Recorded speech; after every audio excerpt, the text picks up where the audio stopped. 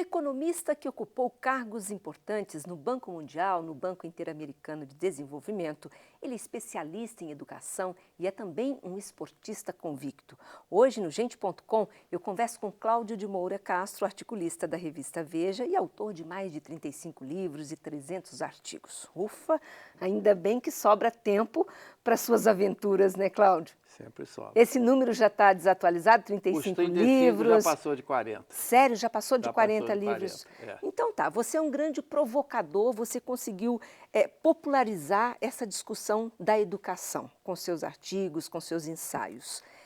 A ideia é que a gente pense sobre isso, é melhor pensar e reclamar do que ficar achando que a educação está boa no Brasil, como uma pesquisa mostrou, inclusive, pesquisa recente? Na ordem geral das coisas, mostrar o problema é mais importante do que mostrar a solução, porque uma vez entendido o problema, isso já é metade do caminho da solução. Então, acho que um papel meu, na medida em que eu escrevo em meios que têm bastante circulação, é mostrar onde estão os problemas. Eu não preciso estar certo na solução. Eu não preciso nem estar certo na identificação correta do problema. Mas na medida em que eu ponho o dedo na ferida, que eu digo, ó, aqui tem, aqui não está cheirando bem. Eu acho que eu estou fazendo a minha parte. Está contribuindo, com certeza. É. E se a gente pudesse, então, começar agora a descortinar essas feridas, o que te incomoda muito hoje quando a gente fala na educação no Brasil? Os alunos são os alunos. Nós não podemos reinventar os alunos. Eles são o que eles são, com suas vantagens, suas deficiências. Os pais têm um papel importante que não estão exercendo. Eles têm que apertar muito mais os seus filhos. Eles não têm que ficar com peninha do seu pimpolho. Estudo é duro, estudo tem que trabalhar muito, tem que se esforçar. E eles têm que cobrar não só dos alunos, como da escola.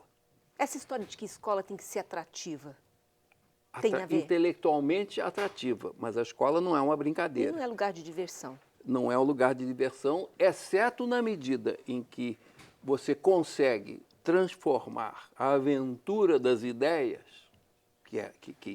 essa é a ciência. O prazer da leitura, o prazer de você navegar no mundo simbólico da leitura, você transforma isso numa coisa prazerosa. Mas é outro desafio, é outra direção, outra linha. Não é fazer a escola divertida. Ela é divertida na medida que você conseguiu embarcar naquele desafio intelectual. As ideias te divertem. Lidar com as ideias, lidar com desafios, lidar com respostas, aprender a achar o problema e encaminhar a resposta. Na medida em que isso se torna uma atividade excitante, é divertido, é divertidíssimo. Esse discurso do professor desvalorizado, do professor vitimizado, a gente vem tentando encontrar causas para tudo isso que a escola apresenta hoje. O que você acha disso? Veja bem, você tem uma demografia e um desenvolvimento em que, em 1900 nós tínhamos 10% dos alunos na escola. Em 1950 nós tínhamos 50% dos alunos na escola. Em 2000 nós temos praticamente 100%. Então, esse pessoal que foi entrando não é a ponta de cima da distribuição, é uma gente muito mais distante do mundo da escola, dos símbolos, das abstrações, etc., muito mais difícil de educar.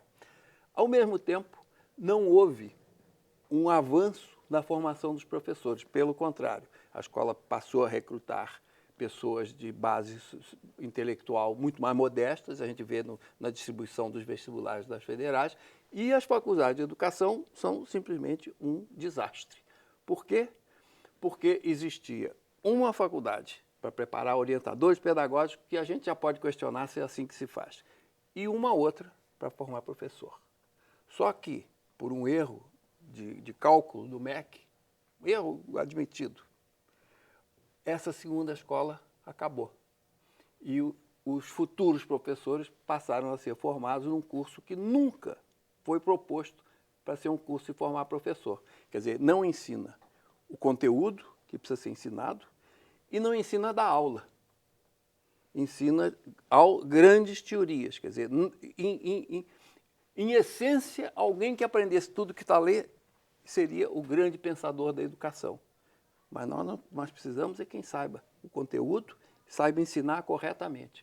E isso é o que não está acontecendo com as faculdades de educação. Quero relembrar aqui que você costuma defender muito que esse aprendizado com as mãos, quer dizer, a experimentação em sala de aula, você fazer junto, você aprender fazendo, inclusive faz parte também da sua vivência, da sua história de vida isso. Né, Cláudio? Quer dizer, isso não muda, a vida pode ficar moderna, mas isso não vai mudar. Como é que você fala no celular? Pois é. Uma mão segura o celular e a outra fica no bolso?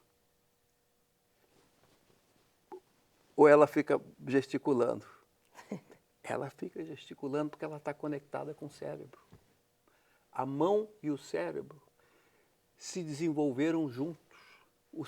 O cérebro humano é diferente do cérebro de um primata, porque a mão humana tem um polegar comprido que permite fazer coisa que um primata não pode fazer. Então, esse processo de desenvolvimento do homem, essa filogênese do Homo sapiens, envolve o desenvolvimento do polegar e o desenvolvimento da inteligência. Então, a inteligência e o polegar terminam no mesmo lugar aqui dentro, no córtex.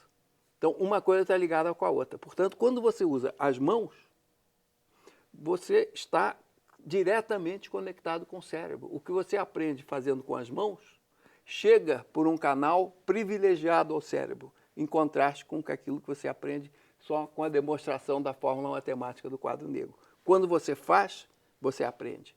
Quando você mede, você aprende. Quando você pesa, você aprende. Quando você constrói alguma coisa, você aprende. Quando você resolve um problema prático que exige você manipular materiais e ferramentas, você está aprendendo. Quando eu tinha 12 anos de idade, minha família mudou para dentro de uma usina siderúrgica em Minas Gerais. E eu passava mais tempo nas oficinas mecânicas e de marcenaria do que na escola.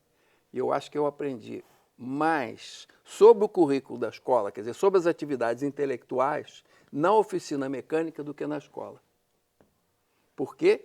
Porque eu tinha que lidar com desenhos, com projetos, com propriedades, com física, com ferramentas, com materiais, com medidas. E isso me deu um grande salto na época. E talvez tenha vindo daí essa inquietação. Nós vamos fazer um breve intervalo e já voltamos conversando com Cláudio de Moura Castro. Até já.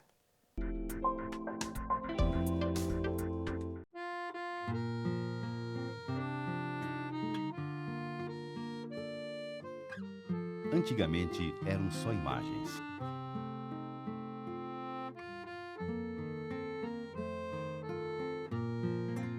De campos distantes, de mata virgem.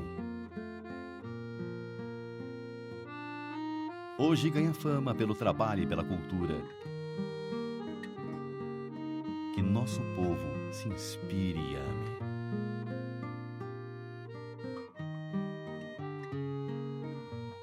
Pois brilharás mil brilhos. Estrela da minha pátria, Paraná. Ilumina o meu caminho e sigamos juntos para o futuro.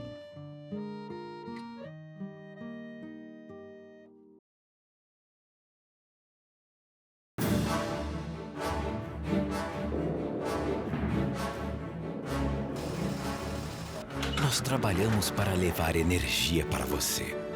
Estamos acima do solo, embaixo d'água, dentro da noite, contra o mau tempo.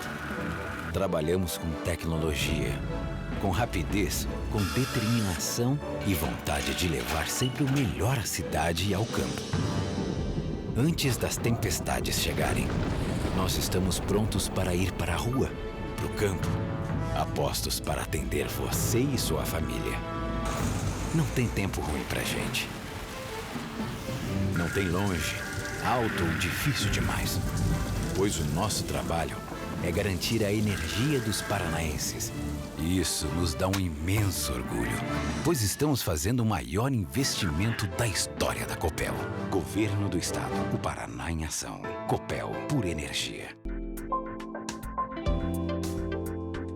Estamos de volta com o Gente.com, hoje recebendo o economista, especialista em educação, também articulista Cláudio de Moura Castro. Estamos falando aqui sobre a educação no Brasil e eu me lembrei que você é também, acima de tudo, acho que nos últimos anos mais ainda, um grande viajante, uma pessoa que aproveita muito a vida, que faz grandes aventuras, mas é claro que essas viagens acabam trazendo também surpresas na área de educação, porque você está sempre com os olhos abertos para isso, né, Cláudio? Você já viu alguma coisa fora que você pensou, poxa vida, a gente podia... A gente vê muito. Muito, Quer né? dizer, estritamente na área da educação, a gente vê muito porque vai com o olho afinado para isso. Exatamente. Mas, além disso, a experiência da pesquisa, no caso a pesquisa educacional que eu faço, Sim. é muito parecida com a experiência da aventura, que é você se meter numa coisa que pode não dar certo, que tem um certo risco, que você não sabe exatamente para onde você vai e que tem uma excitação muito grande pelo frisson, pelo risco, pelo prazer de você enfrentar o desconhecido. Então, essas coisas estão em comum. Agora, a gente viaja, a gente vê coisas e lê sobre coisas. Por exemplo, todo mundo fala da Finlândia. Sim. Finlândia é um país extremamente homogêneo e completamente diferente do Brasil, e os professores todos têm mestrado. E nada disso serve para o Brasil. Agora, tem uma coisa na Finlândia que serve. Quando o aluno começa a ficar para trás com relação aos outros, o que significa que você tem uma avaliação permanente, para ver se ele está ficando atrás, aí você tem um professor auxiliar para sungar esse aluno, para puxar ele e não deixar que ele vá ficando para trás. Então, a Finlândia se saiu em primeiro lugar no primeiro PISA, não é porque os melhores fossem melhores do que os da Suíça, dos Estados Unidos, do Japão ou da Coreia, mas se saíram melhor porque os piores eram melhores do que os desses outros países que têm excelentes sistemas. Quer dizer, a Coreia criou um sistema para não deixar ninguém ficar para trás. Isso é claramente... Mas isso muito fora da nossa realidade, não? Você ter um professor para ficar dando quase que uma dedicação exclusiva não precisa a um isso. aluno. Não precisa tanto. Você pode ter auxiliares de ensino, você pode ter monitores. Agora, o que você precisa é ter a filosofia de que você não pode deixar ninguém ficar para trás. Se alguém começa a ficar para trás, o professor começa a dar um exercício diferente, começa a ver explicações diferentes, você começa a mobilizar estagiários e monitores, etc. Não tem que ser um sistema extravagante. Eu imagino que nós temos uma vantagem que é a questão da criatividade. O brasileiro é muito criativo, muitas escolas pequenas com carências estão desenvolvendo projetos, às vezes coisas simples que fazem muita diferença. A gente até mostrou, Paulo, a nossa equipe foi a uma escola pública aqui na região de Curitiba para mostrar uma ideia disso, quer dizer, como o ensino pode ser mais atrativo com práticas simples. Vamos ver, depois você comenta para a gente. À primeira vista, essa garotada está só se divertindo com peças coloridas. Porém, a turma também está aprendendo matemática. Os jogos que prendem a atenção dos alunos da 8ª série são utilizados no Colégio Estadual Arnaldo Busato, em Pinhais. Há 10 anos, a professora Rosilênia Nevan desenvolveu a Pirâmide dos Quadrantes, um jogo que ajuda o estudante a construir gráficos, a compreender a relação entre duas grandezas e a entender como funciona uma função de primeiro grau. A partir dos jogos, o que eu consigo de êxito, então, na minha profissão? Eu consigo cativar o aluno para ele manipulando as peças de um jogo que, a princípio, você olha, pensa que não serve para muita coisa.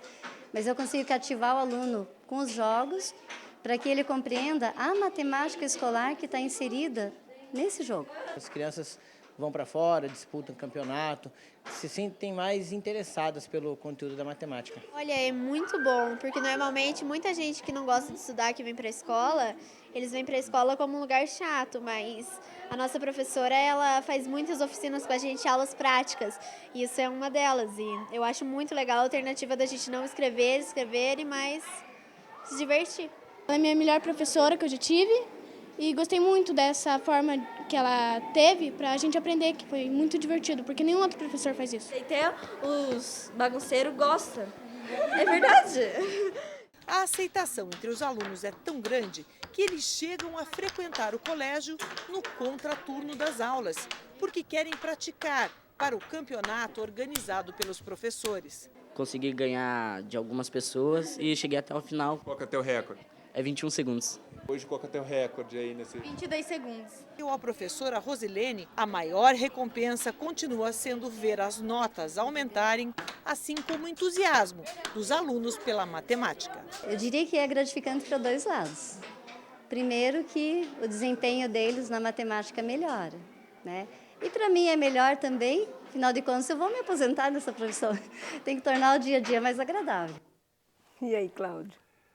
Olha, saiu, uns 2 anos atrás, um livro de uma pessoa do Banco Mundial, Barbara Bruns, sobre educação no Brasil. E, obviamente, ninguém vai dizer que a educação no Brasil é uma maravilha, e ela não diz. Mas ela diz que uma das grandezas da educação no Brasil é que, como tem um MEC, você tem 27 MECs estaduais, e você tem 8.000 e tantos MECs locais, cada um fazendo uma coisa, então você tem 8.000 e muitos sistemas educacionais tentando fazer coisas certas e erradas. E isso, então, é um dos fatores de positivos na educação brasileira. Agora, falta rastrear um pouco mais isso e promover a adoção mais generalizada das coisas boas que vão acontecendo. Isso aí, maravilha, não tem nada contra, pelo contrário, todos os elogios para a professora. Agora, como que a gente vai fazer com que isso seja usado em outras escolas, em outros estados ou municípios? Esse é o desafio.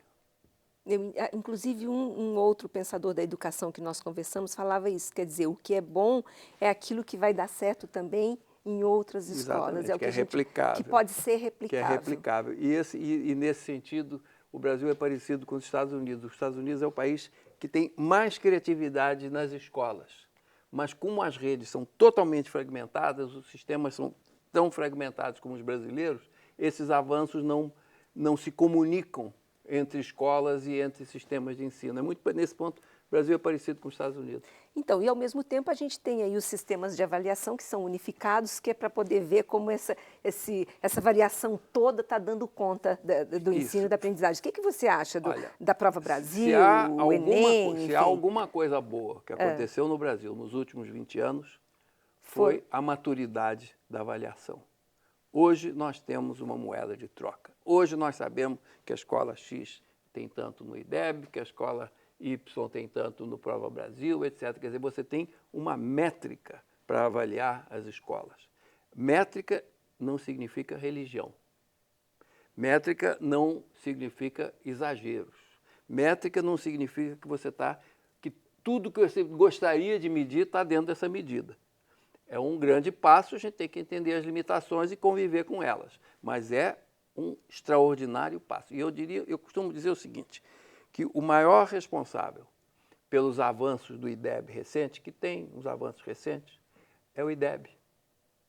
É a própria existência do IDEB mostrando como é que a escola está indo, que faz com que se mobilizem as forças vivas dentro das escolas para melhorar a educação.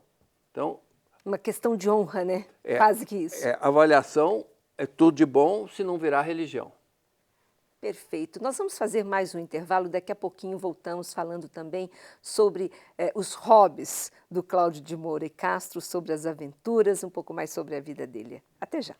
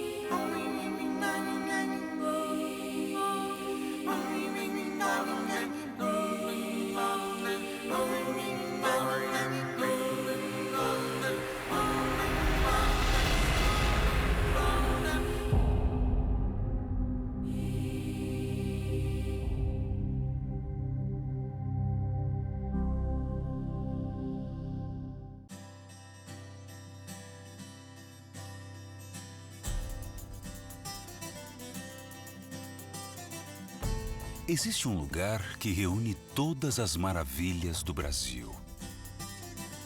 e mais algumas que você não encontra em lugar nenhum do mundo.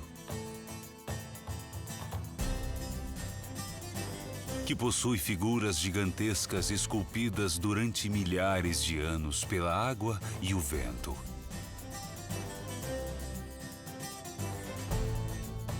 E que exibe todo o esplendor de uma das 7 maravilhas da natureza.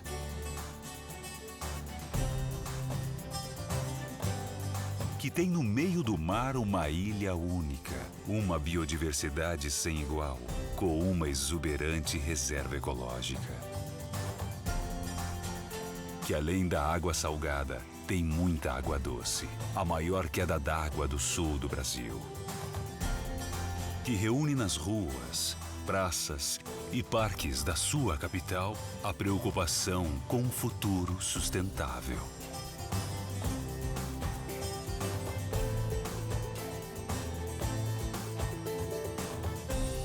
Que lugar é esse?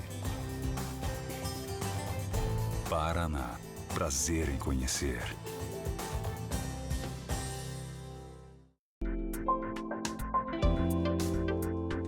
Nosso papo hoje é sobre educação. Estamos conversando com um especialista na área, Cláudio de Moura e Castro, que também é articulista, economista, enfim, já tem muita experiência nessa área, ocupou vários cargos de gestão também, né, Cláudio? Você que tem traduzido essa linguagem da educação para o grande público e você critica muito a questão da mercantilização da educação.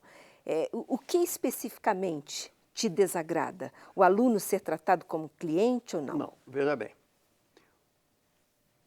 A Volkswagen não pergunta aos seus clientes quantas rodas ele gostaria que o carro tivesse. Ele faz um carro de 4 rodas e ponto, parágrafo. E não pergunta se o cara gosta. Agora, quando a Volkswagen diz, o meu carro faz isso, faz isso, faz isso, faz isso, aí o cliente é cliente. Ele tem direito de cobrar. Se o carro faz o que foi prometido, que era para fazer. E na escola é a mesma coisa. Quer dizer, a escola não tem que ensinar o que o aluno quer. Porque o aluno está lá exatamente por causa da assimetria de conhecimento. Ele está lá porque sabe menos e a escola está lá porque sabe mais. O professor, no caso. Então, quem decide o que ensinar é a escola. Agora, a escola faz uma série de promessas dentro desse marco geral. E o aluno tem todo o direito de cobrar. Nesse sentido, ele é um cliente. Ele cobra o que a escola prometeu, com todo o direito, e deve cobrar seriamente. Então, o próprio termo mercantilização do ensino é um termo muito vago, que pode significar qualquer coisa que você quiser. Mas então eu vou chamar do seguinte, a escola oferecer, eu vou te entregar o quê? Você vai passar no vestibular, ponto. Isso não significa que você vai aprender, que você vai ser um cidadão melhor, você vai passar no vestibular. Não, está errado. Porque o vestibular das universidades federais de primeira linha é um vestibular muito bom. Mas não era. Dos últimos 10 anos é um vestibular bom.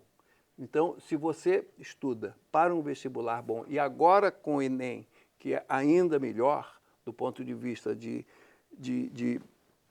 você ser capaz de usar o conhecimento, quer dizer, na medida em que essas provas são hoje próximas do PISA, que é uma prova de referência, estudar para a prova é aprender o que você devia estar aprendendo. Se você tem um vestibular cretino que pede decoreba, a escola vai ensinar decoreba. Tinha um professor em Belo Horizonte que tinha o rock da difração para saber se o raio de luz que entra no meio, que tem um coeficiente de difração diferente, se ele vira para cá ou vira para lá. Existe muito nos cursinhos ainda, né?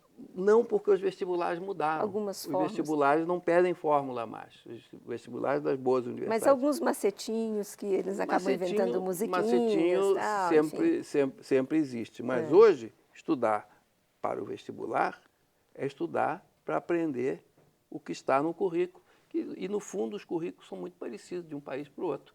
Se você for olhar o que é o currículo do ensino médio da Mongólia, é muito parecido com o da Suíça e muito parecido com o nosso. Quer dizer, há uma convergência, tem que aprender as mesmas coisas, tem que aprender a mesma matemática, tem que aprender o mesmo trato com a língua escrita e falada. Tem que aprender a entender as coisas. As ciências são muito parecidas. É claro, a geografia da Mongólia é diferente da geografia do Paraná. Mas sem querer romantizar, Cláudio, vou te interromper. A gente não tem que aprender na escola a cidadania, a ser uma pessoa melhor, a conviver em sociedade, a respeitar o outro, enfim. Tudo isso está junto. Nada disso está errado. Agora, hoje, nós sabemos como. Nós sabemos o que não funciona. E nós sabemos que sermão não funciona. Dizer o que você tem que fazer não funciona. O que funciona é o exemplo. Então, você aprende mais ética lendo Machado de Assis, lendo Shakespeare, do que ouvindo alguém dizer que você tem que se comportar, não pode cuspir no chão, tem que respeitar os outros. Isso não serve para nada. Você aprende mais sobre igualdade quando a escola trata todo mundo da mesma forma. Você aprende sobre tolerância quando a escola é tolerante. Então, você aprende cidadania pelo modelo. Então, não é o sermão da cidadania, é a prática da cidadania pela instituição que aprisiona o seu tempo durante 4, 5 horas por dia, que é a escola. O resto você aprende cidadania certo ou errado em casa ou na rua. Mas na escola nós temos que garantir que essa escola funcione bem. E uma escola que não ensina o que está no currículo, ela está lesando o aluno, ela está cometendo um ato desonesto com esse aluno. Então ela não está ensinando cidadania, praticando a desonestidade. Me convenceu. Vamos falar um pouquinho sobre a sua vida de aventureiro, você que é considerado um dos pioneiros aí do voo de asa delta. Aliás, você foi o primeiro mesmo? Foi o segundo? Há uma questão de definição e uma questão de meses ou semana. O meu primeiro voo foi em setembro de 74, na Califórnia. E o Luiz Cláudio Matos voou no Rio de Janeiro mais ou menos nessa época. Antes, alguns franceses voaram no Rio de Janeiro, mas brasileiro está entre eu e Luiz Cláudio Matos. Ainda é a sua grande paixão, Cláudio? Ainda é a minha grande paixão, mas não é a minha única paixão. Eu tenho outras paixões e outras coisas que eu gosto. Dá para a gente comentar aqui? Pouquinho. Porque, inclusive, você já publicou livros sobre essas aventuras, essas viagens. 3 livros de aventura, todos eles fotografia e narrativa de aventura. Então, faço um monte de coisa, quer dizer, muitos passeios a pé. Não é? Passei de andar uma semana a pé, passei de andar 5 dias a pé. Sério? Passei de andar 8 dias a pé. Isso por outros países? Por outros países e pelo Brasil. Eu agora passei 6, 7 dias andando na Chapada Diamantina. Ano passado, passei também bons dias andando na Patagônia. No ano anterior, eu passei 8 dias fazendo um roteiro na Provence, na França, 200 quilômetros em 8 dias. Mas são aquelas viagens de reflexão, você sozinho, você vai em grupo, não, com sozinho, amigos? Sozinho. Às vezes vou com amigos, mas em geral começa assim, então vamos alugar uma van. Aí disse, não, um carro dá, porque os outros não dá. Aí acaba que vou eu sozinho. Muitas vezes aconteceu isso. Eu vou sozinho. Conta uma aventura pra gente. Uma aventura. Fizemos uma belíssima aventura no Alasca. Fomos ao estreito, a lancha, bota os caiaques todos no barco, na lancha, e a gente anda a manhã toda, aí a lancha larga, aí você leva 5 dias remando de volta, na beira, remando entre os icebergs, remando entre bichos, você vê ursos, você vê de longe, enfim. O negócio fascinante. E pleno verão, quando a gente acordava, abria um pouquinho, botava o termômetro para fora, 1 grau. Sério? Então, subimos uma parte do caminho do Everest a pé, passamos 5 dias subindo o caminho do Everest até 4.500 metros. Também foi. Muito bom, razoável, né? Então, até para a gente encerrar, Cláudio, você que, na verdade, é um grande pesquisador, um pensador de todas essas questões que a gente está falando, e, de repente, nessas aventuras, você vê a vida e o mundo com um outro olhar, né? Você conhece gente, você começa a ter um contato que, normalmente, você não tem no grande tour, na coisa, quer dizer, por exemplo, na França. Essa viagem que eu fiz a pé na Provence. Eu ficava em pousadas de fazendeiros e pessoas em casa que alugam quartos. E pela lei francesa, para alugar o quarto e a comida, o dono da casa tem que sentar na mesa durante a refeição. Ele serve o jantar, mas ele tem que estar lá. Então você tem, como o jantar na França nunca dura menos de 2h30. Sim, é um ritual. Toda noite você tem 2h30 para conversar com um camponês francês. Olha só. Ou uma mulher que o marido consertava linha telefônica, aí ela mudou lá, abriu uma posada, não sei o quê. Quer dizer, você tem uma visão da França que a CVC não te oferece. Ou seja, você é um eterno aprendiz, né? Porque cada experiência está aprendendo. Quem para de aprender está a caminho da morte. Muito obrigada pela participação conosco. Foi um prazer falar com você, Cláudio. Até a próxima. Prazer foi meu. O Gente.com fica por aqui. Até o próximo programa.